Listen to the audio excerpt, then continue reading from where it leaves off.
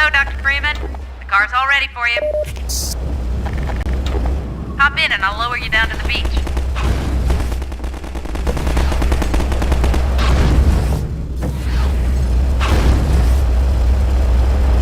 Buggy model.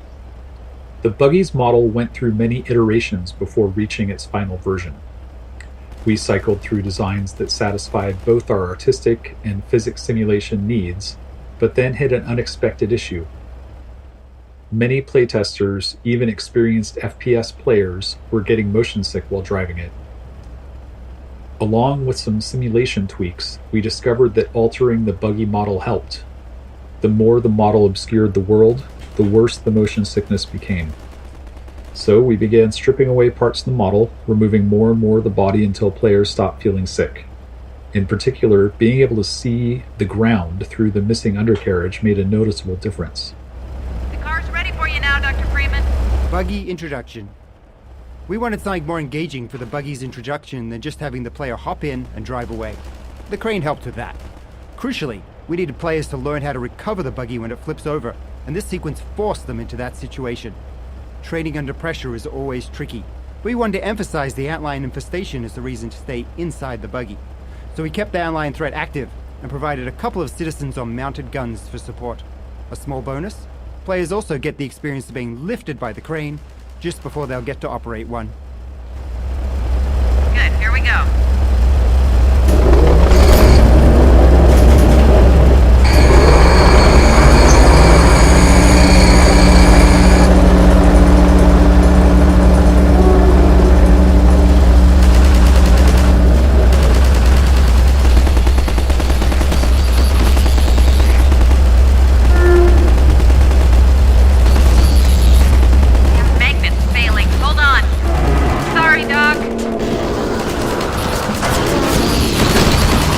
Buggy training course.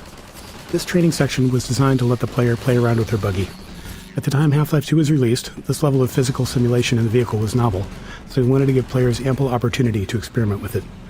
The player has also just left the tight confines of Ravenholm, and we liked giving them the contrasting reward of being able to move quickly through a large space, feeling safe inside a vehicle. We made sure to require a turbo jump to get out of this area, which doubled as a test to make sure they'd reached a level of comfort in their driving, and also ensured that they didn't leave their buggy behind.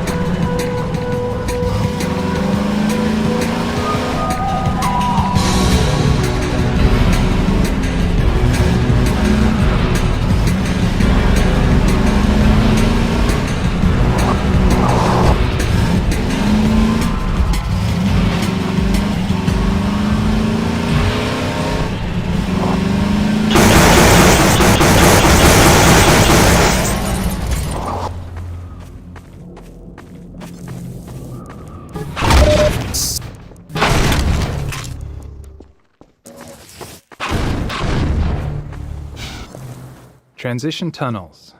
Building the coast required us to develop a way to handle level transitions. To move from one level to another, we need to save everything in the transition space as the player leaves the first level and restore it in the next level after loading.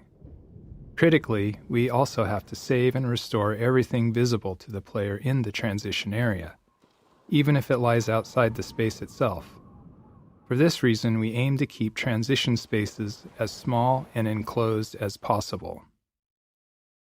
In most of the game, a small room works well for this purpose, but on the coast, we needed a different solution. After some experimentation, we settled on dark tunnels. Besides being reusable in a believable way, the tunnels allowed us to add a bright light flare at the end to mask the fact that we can't render what's ahead of the player, because it exists in an entirely different level.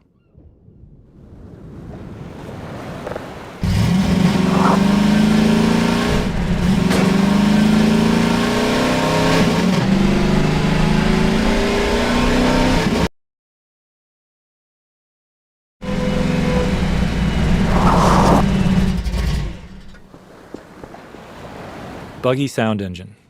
The audio for the buggy was challenging because we wanted it to feel like a really powerful vehicle that's driving along at super high speed, even though the maps aren't really big enough to support that. And the buggy doesn't really leave first gear, and it has a top speed of maybe 35 miles an hour.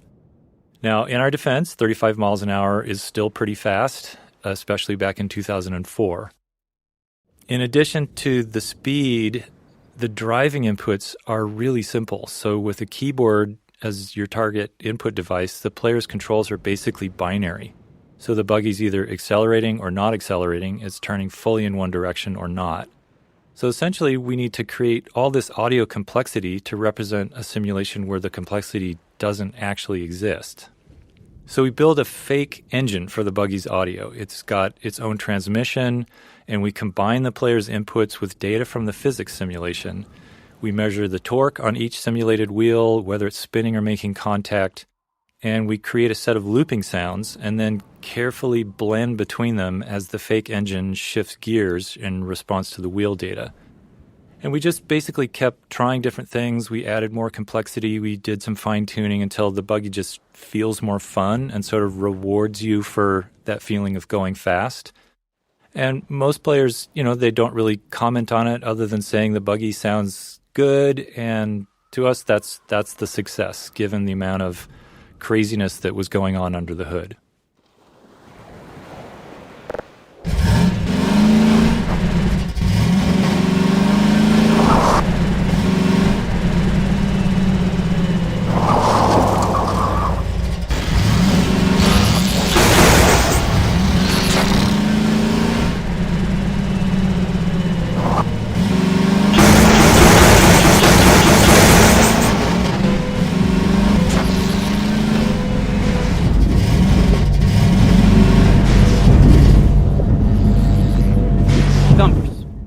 Whenever possible, there's a lot of value in players feeling like they've figured something out on their own.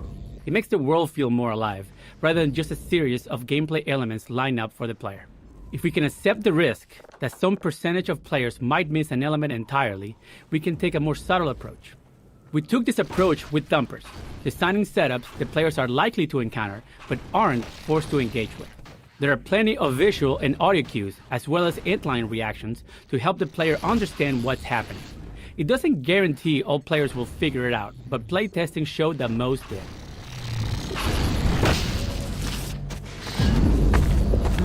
Antlions. With the player driving the buggy throughout the coast, we needed a pervasive enemy that could justifiably appear anywhere and act as a constant threat to keep the player in or near their buggy. Antlions spawning from the sand were the perfect solution. Their high mobility allowed them to keep up with the buggy for short bursts, unlike our humanoid enemies. Plus, they were very satisfying to run over.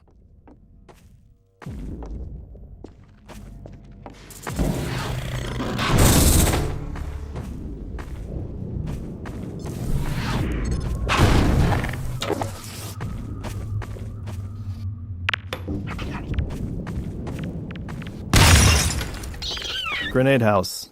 A lot of a Half-Life game is about giving players slightly novel combat experiences around each corner, even if they're just small tweaks on previous ones.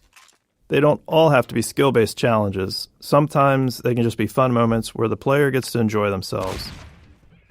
This Grenade House is one of those moments, with the twist being that we've inverted the usual setup. Instead of letting the player drop grenades on enemies below, we've put the enemies above.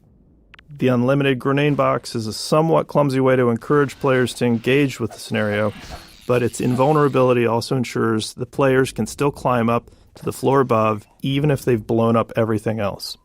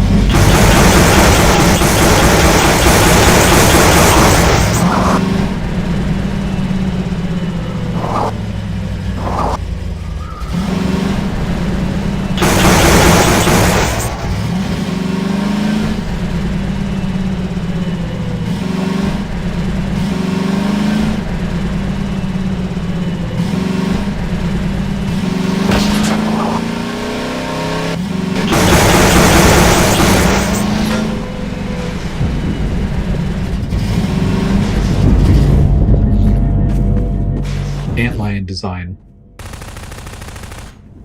In some of the earliest design work for the game, we had plans for multiple core alien races, with the Combine being just one of them. One of the other races was a religious insectoid species, and antlions were part of that. Later, as we developed Coast, we started viewing them more as pests that came through the Zen portals, along with headcrabs and other creatures. While they aren't actually from Zen, they infest the corners of any world they enter, a lot like cockroaches.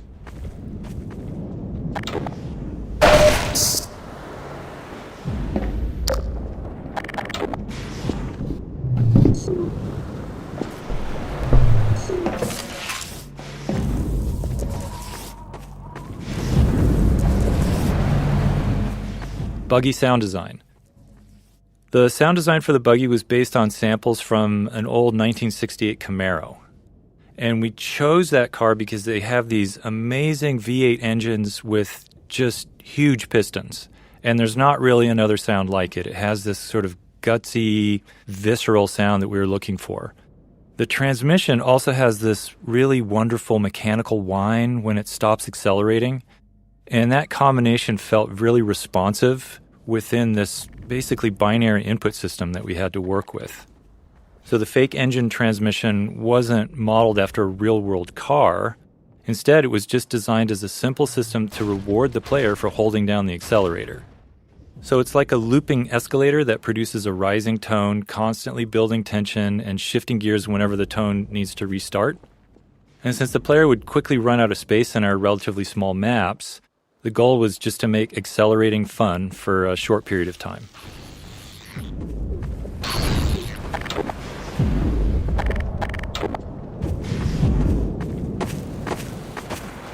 Buggy birds. In one memorable Coast playtest, a player returned to their vehicle after exploring a house and happened to see a bird flying past. They yelled at the bird, telling it to stay away from their buggy, complaining that birds often foul up their cars in real life. In our post-playtest discussion, we realized that this was the first time we'd had objects separate from the player that the player actually cared about. We saw it as an opportunity to explore, so we built a system to deliver the moment that playtesters feared.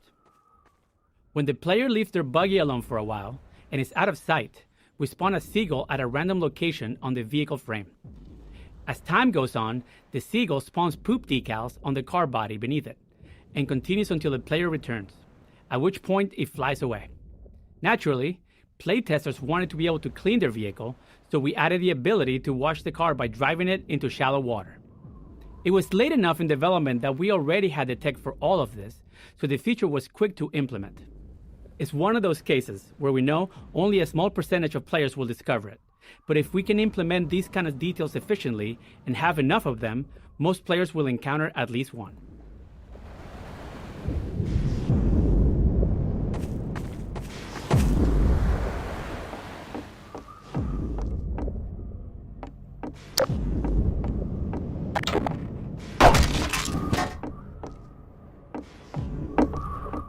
Open world loot.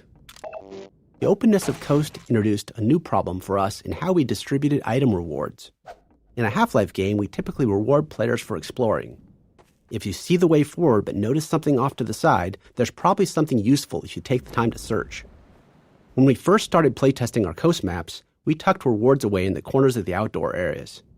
However, this led to a worse experience with the buggy.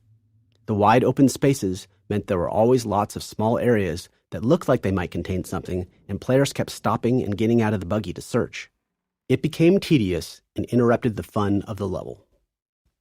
So, we removed those scattered rewards. But this raised a new problem.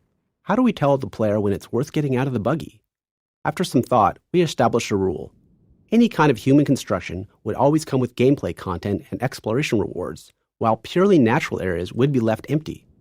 We couldn't tell players this directly, but it aligned well with their natural assumptions, and we reinforced it consistently with areas like this.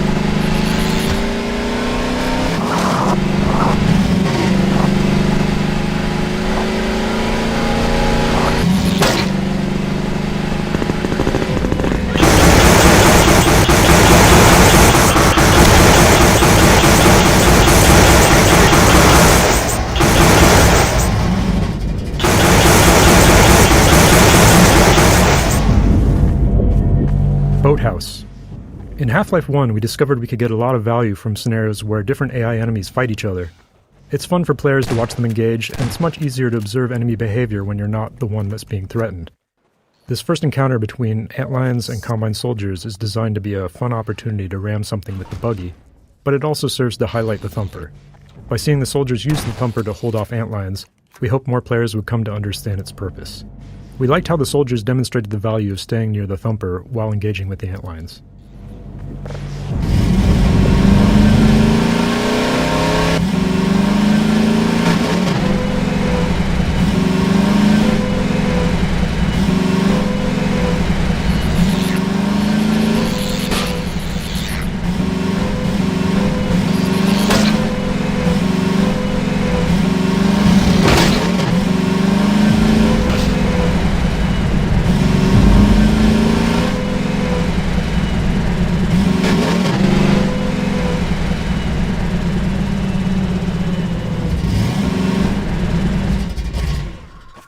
Flying vehicle audio.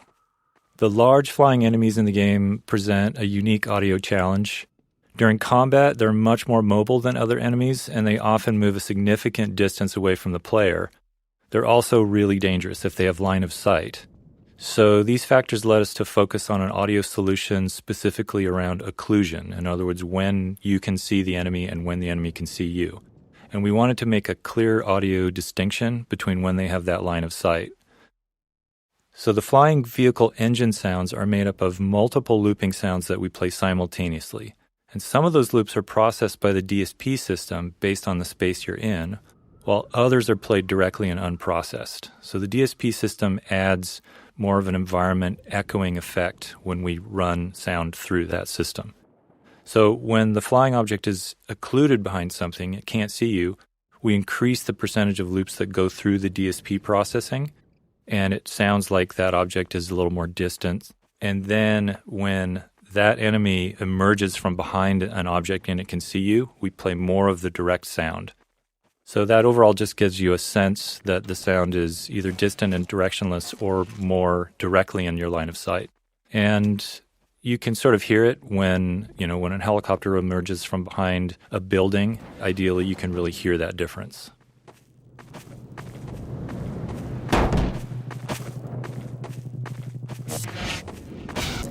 Colonel Covage is in the basement, Dr. Freeman. Combine gunship. The gunship was an interesting problem.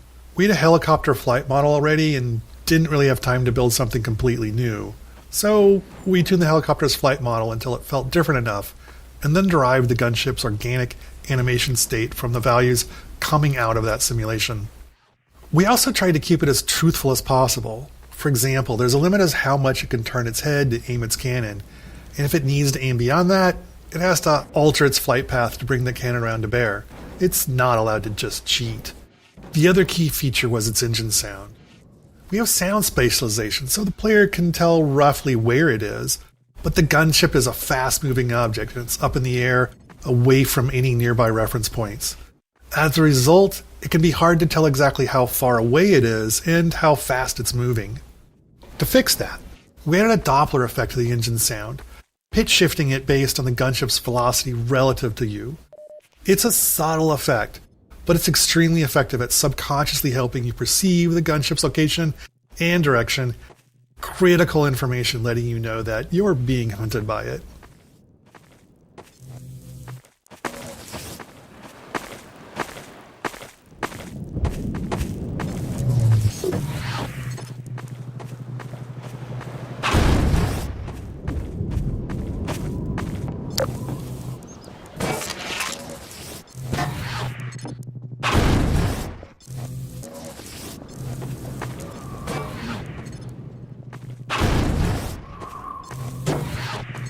This way.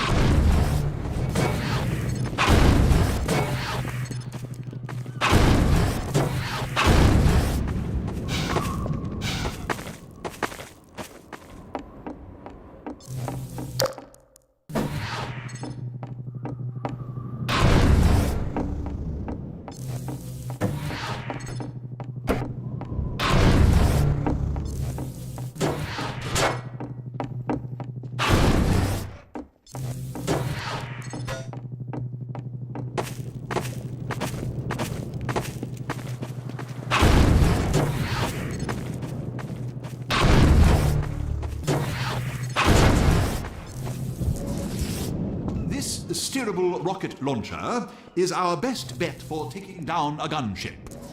Ah, hello. I'll be right with you. Now, where was I? Ah, yes. Using the laser guide, you can steer your rocket past the gunship's defenses and prevent it from shooting down your rocket. This will only anger it at first, but if you can survive long enough to make several direct hits, you'll be rewarded with a prize worthy of any mantelpiece. Now, who's going to be the lucky one to carry it into combat?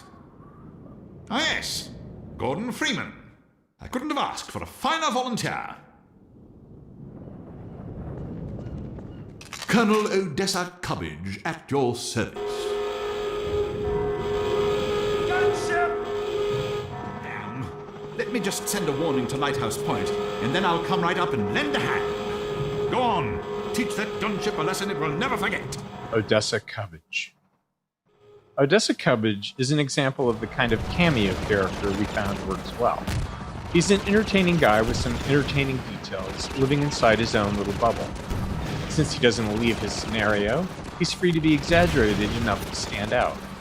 We started with his model, which was repurposed from the cut section of the game, and named him after the title of a spam email we received. The model was originally a Norwegian fisherman, and it didn't quite fit as an Englishman, so we slapped a mustache on him, and in that moment, Odessa's character was born. He's ultimately a charlatan, with everything about him being fake. His accent, his mustache, everything. He would never put himself in danger, making him the perfect person to hand Gordon the RPG and explain exactly how to use it.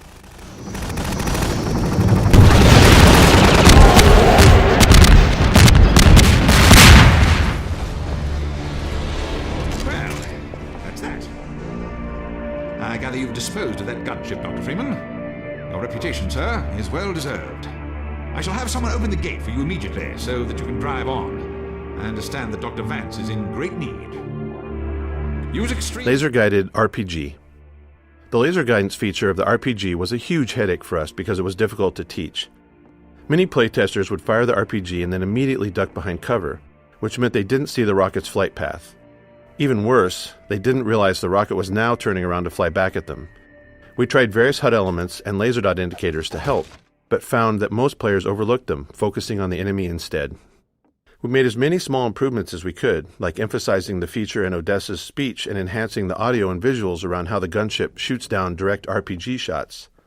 While these changes helped some players grasp the feature, we never reached a point where we felt confident that almost everyone understood it. We even considered cutting the feature entirely, but gunship combat without it was much less interesting. The laser guidance forced the player to keep the gunship in sight while the rocket was in flight, but that also meant the gunship had line of sight back, creating a tension we loved.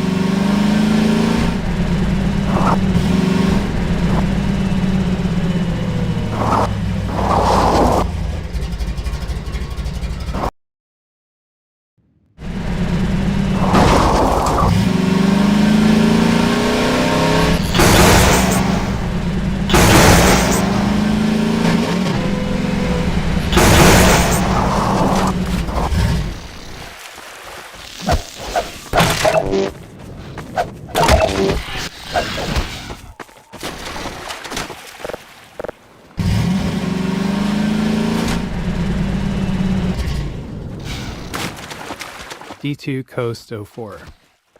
This map was actually the first area of coast that we built, before the crane and other elements existed. The drained seabed and rusted ships were some of the earliest pieces of art direction we developed. Years later, we showcased the map in our 2003 E3 demonstration, though much of the gameplay was still being figured out at the time. As a result, when we began building out the entire coast section, That demonstration became a useful vision for us to work toward.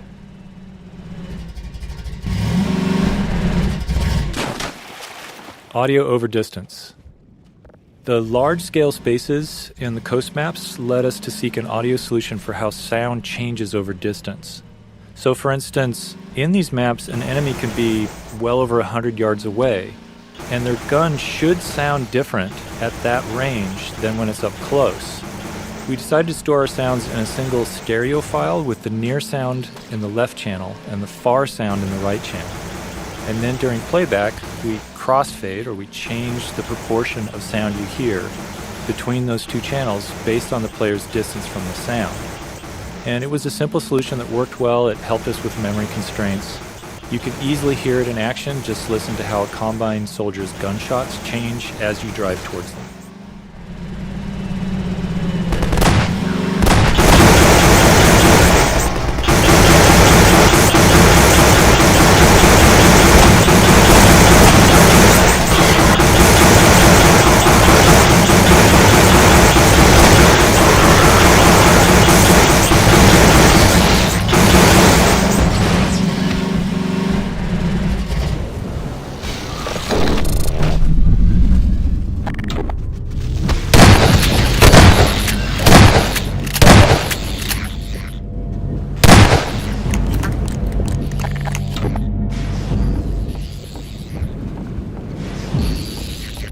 We wanted the buggy to be more than just a means of travel, so we decided to attach a gun to it. We chose the Tower Cannon, a Half-Life 1 weapon we liked but hadn't found a place for it in Half-Life 2. The Tower Cannon can shoot through walls, which makes it tricky for level design, so we limited it to the coast section. Once you introduce wall-penetrating weapons, level design becomes much tougher. Furthermore, we mounted an ammunition crate on the back of the buggy, giving the player unlimited SMG ammo throughout coast. This was especially helpful for playtesters who struggled with the infinite antlions spawning from the sand.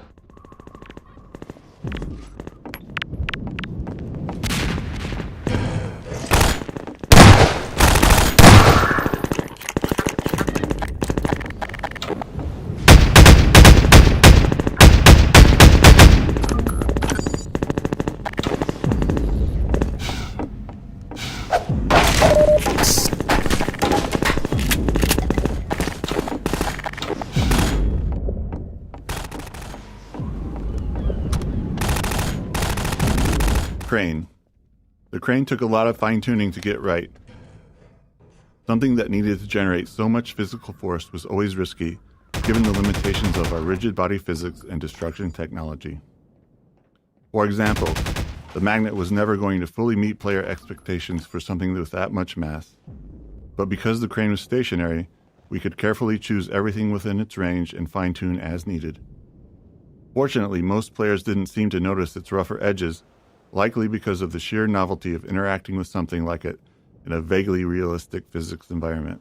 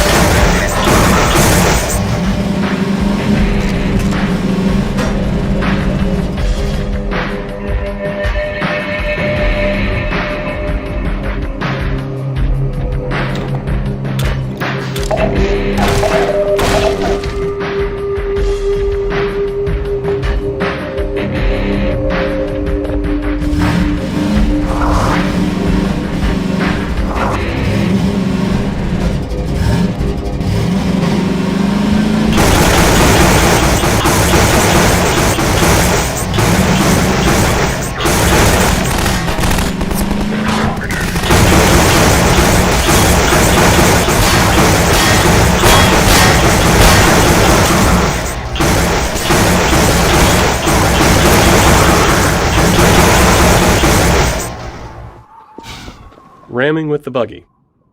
Our physics system is based on rigid bodies, which means it doesn't support any deformation or destruction of objects. If a physical object is hit by something, it can move if allowed, but otherwise nothing happens. So, when you drive the buggy through a glass window, we have to employ some trickery to make things work as expected. Because the window is fixed in place, the physics simulation will actually bounce the buggy off the window. But it does notify our game system that a collision occurred. The game system handles destruction, so it breaks the window into glass shards and tells the physics system to start simulating them. Crucially, the game system also tells the physics system to restore the buggy's state to where it was before the collision. This ensures that the next time physics is simulating, the buggy will drive freely through the now destroyed window. This process does produce a one-frame hitch in the buggy's physics, as it briefly stops and is teleported back to the instant before the impact. We're sorry if knowing this has made Half-Life 2 totally unplayable, but after watching playtests at the time, we decided we actually liked the momentary hitch. It added to the sense of impact.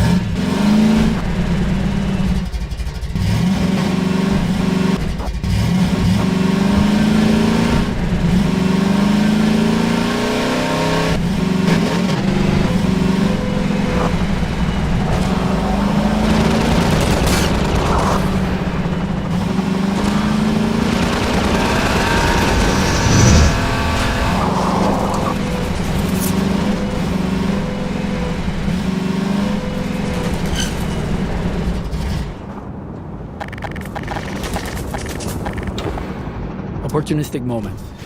Some memorable moments in the game come from the interactions of multiple game systems, but sometimes we realize these moments are likely to happen only rarely. When that's the case, we often wish more players would experience them. There's a tension here. The more we know players will encounter something, the more effort we can put into it. But if it feels too artificial, the moment can come across as forced, and players may not respond as positively. The gunship cinematic death is an example where we nudge things a bit, trying to increase the chances of a memorable moment without being too obvious. The design of this area and the gunship's flight path make it likely that the player and the gunship are in the right spots when it dies. If they are, we trigger the gunship's crash into the cars. If not, it dies in the usual way. It's totally gamey, but playtesters didn't seem to mind when the moment played out well.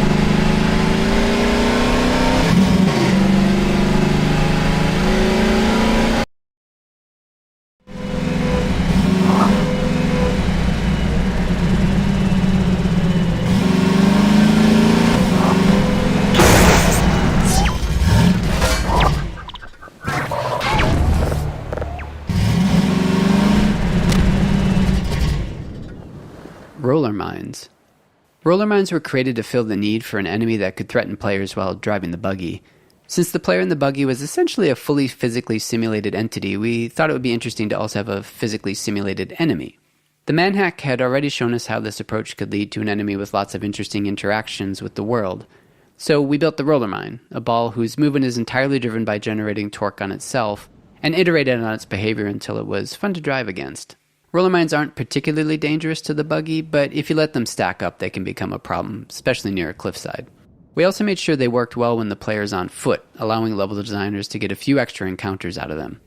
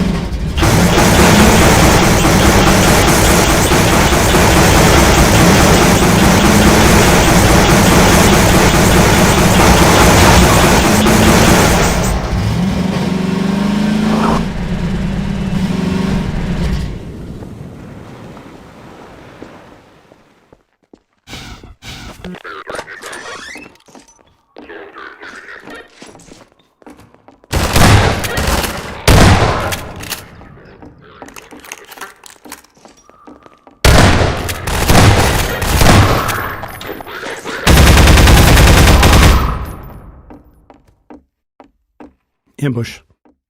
One of the general challenges of a Half-Life style FPS is that the player is constantly moving forward into spaces they don't know. This means that when they find themselves in combat, they're in unfamiliar areas with no knowledge of how to approach the fight. We use many different methods to help the player with this problem, and this ambush is one example. Upon arrival, the player fights a group of Combine among these houses. During the fight and the exploration afterward, the player has the chance to learn the arena layout. Then, when the player explores up into this attic, we spawn a second wave of Combine. In that second fight, the player now has the advantage of knowing the layout, allowing them to make more tactical decisions in defending against the ambushers.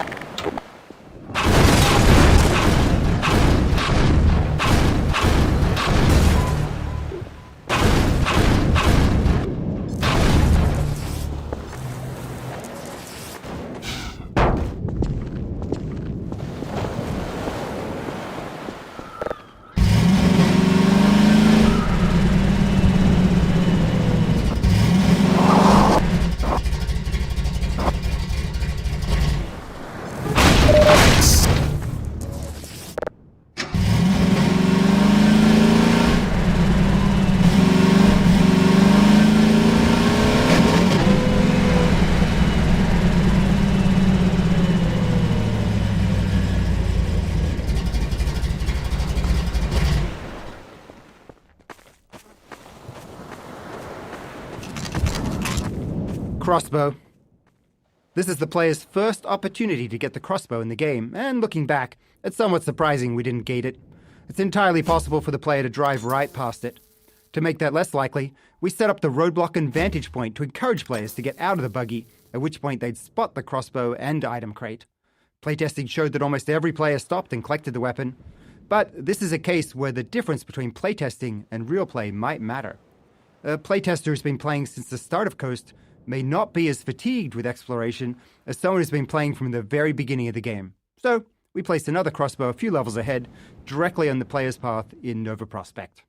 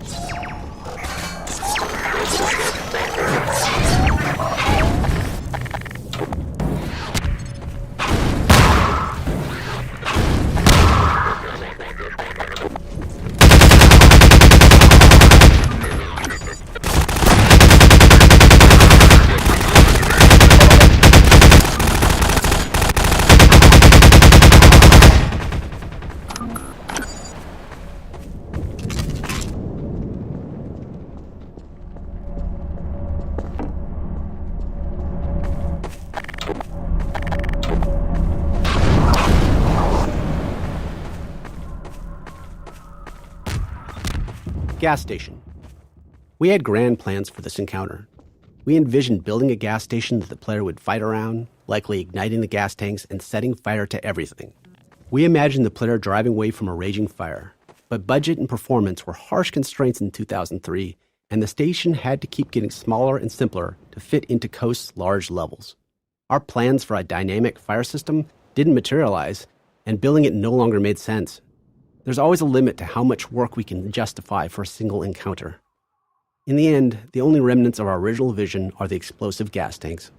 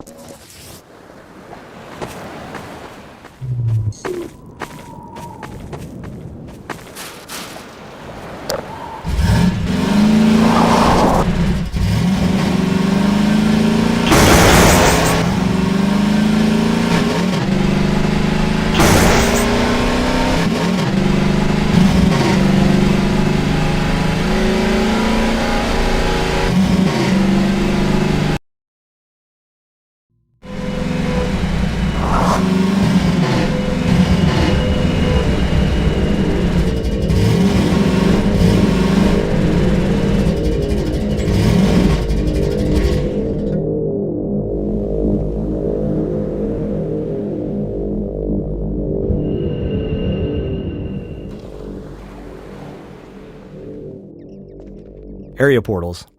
One performance challenge we faced in Coast was handling wide open spaces that included buildings with highly detailed interiors, or at least they were detailed by 2003 standards. When the player was outside, we wanted to allocate as much of our budget as possible to rendering that space, without losing resources to the building interiors. But unless we were willing to board up every window and door, the player could still see inside. To solve this, we created a feature called area portals, placing one in every open window and door. An area portal precomputes a flat image of the building's interior, and during play, when the player is some distance away, the area portal displays this precomputed image over the window or door, allowing us to skip rendering the actual interior. As the player approaches, we smoothly crossfade between the area portal's image and the building's actual contents. With careful use, area portals helped us to meet our performance goals on Coast, along with the occasional door that closed itself behind you.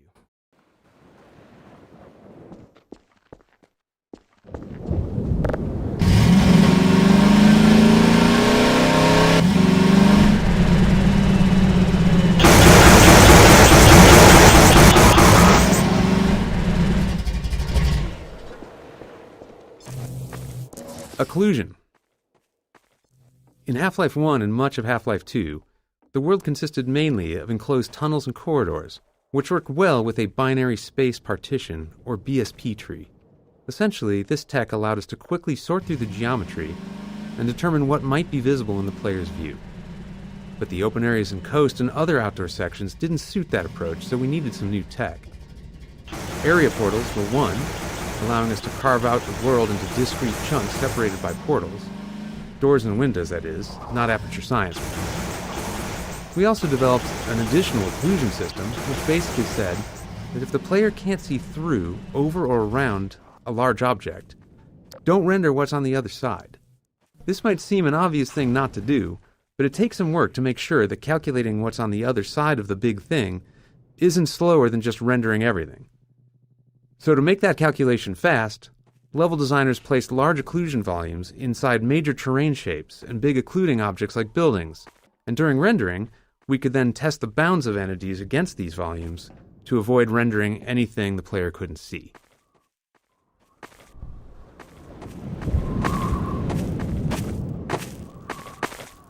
Detail objects. Once we had outdoor sections running, it was clear they needed some form of high-frequency detail, so we added small foliage elements, like grass and shrubs, across the displacement terrain. But we knew we couldn't afford, which is to say we didn't have the time, to hand-place them all. So we built the Detail Object System, which generates small foliage elements automatically based on the displacement material. Each material specifies the type of foliage to place, along with a set of parameters. At map compile time, the system calculates random points on the surface and selects foliage to place there. Given performance constraints, there was still a fairly complex hand-authoring process for foliage texture sheets, allowing us to render all of them in a single pass.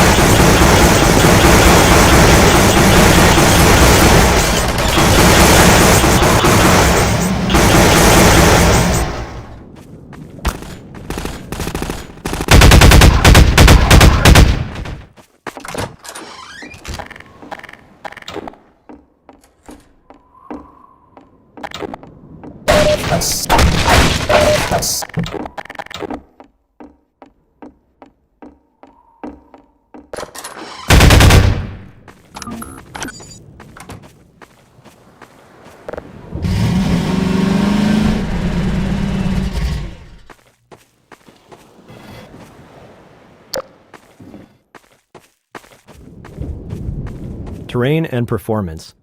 Our performance budget was often a significant constraint when it came to combat, and even more so for combat on terrain surfaces. When NPCs move, they perform many small spatial probes to determine if they can safely navigate their chosen path. To help visualize it, imagine they can't see, and are constantly waving a stick in front of themselves to check if the way is clear. The performance cost of these probes increases with the complexity of the world geometry. Our terrain displacement system creates uneven surfaces using many polygons, far more than the perfectly flat floors found elsewhere. This meant that NPCs moving on coast terrain were more resource-intensive than in other areas, and that constraint dictated the scale of many encounters in this section of the game.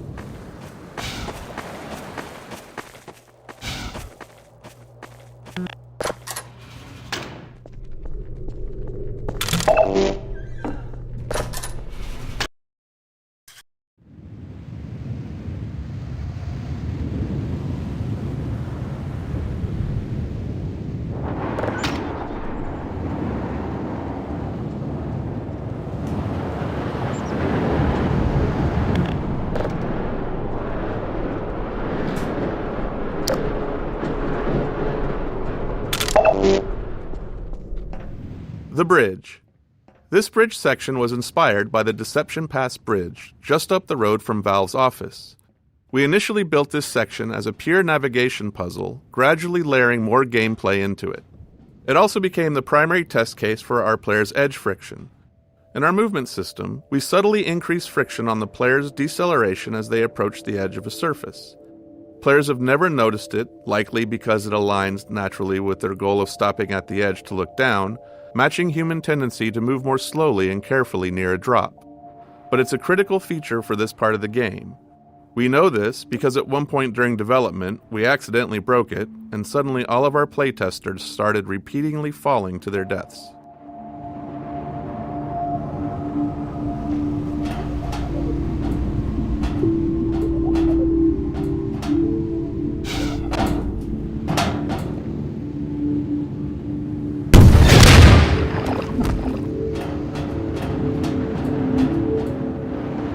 Bridge playtesting.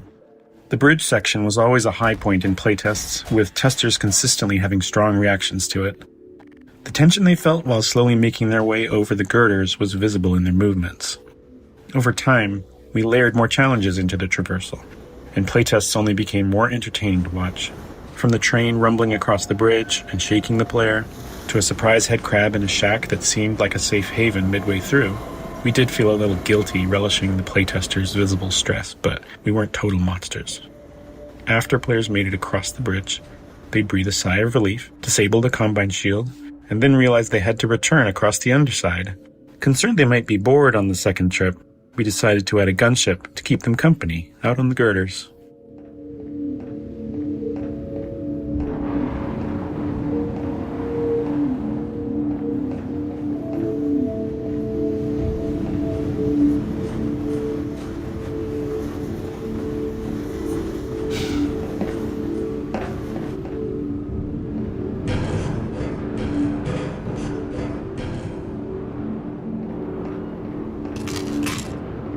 Bridge gunship. We were particularly happy with the gunship fight, despite it being tricky to set up given the level geometry. Being on the underside of the bridge allowed the gunship to move fully around the player, using all 3 dimensions to position itself above and below at different moments. The girders provide plenty of high-frequency cover, creating opportunities for the gunship's fire to produce a fun and dynamic visual and audio display.